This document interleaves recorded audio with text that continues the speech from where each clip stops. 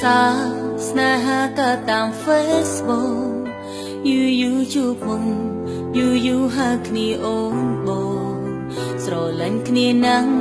ពួកយើងរៀបចំគំរោងព្រុងអីនួនអងបងខំអូនរៀបការឆាប់តែទុំយូរទៅបងធ្វើឲ្យអូនសើចចាមួយពោប្រេងភ្នែកបងហ៊ានក្បត់ពាក្យសំដីបងលេងតាក់ទងស្ងួនខូចផ្លាំងបដូរលេខថ្មីឯ Face បងថ្លៃចរណៃ unfriend អូនចាពីគេថាស្នេហានៅតាម Facebook មិនណាយកាន់ទុកថាវាជារឿងសំខាន់មុខបានលោចាំក្រលៀបភ្នែកឆ្វេងភ្នែកស្ដាំត្រូវកូនចំណាំកុំមកជឿចាំថ្ងៃក្រោយឡើងអូនចោលទៅ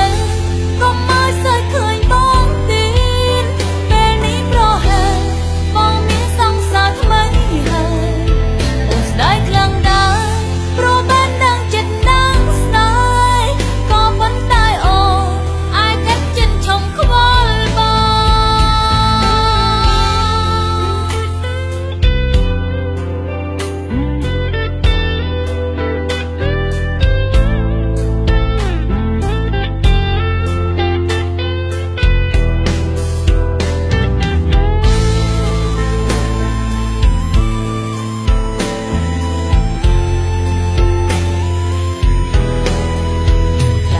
សង្សារស្នេហាក៏តាម Facebook យូរជួបមុំយូរហៅគ្នាអូនបងស្រឡាញ់គ្នាណាំងពួកយើងរៀបចំគំរោងព្រុងអីនួនអងបងខំអូនរៀបការឆាប់តែទុំយូរទៅបងធ្វើឲ្យអូនសើចចាមួយពោប្រេងភ្នែកបងហ៊ានក្បត់ពាក្យសំដីបងលេងតាក់ទងស្ងួនខូចផ្លាំងបដូរលេខថ្មី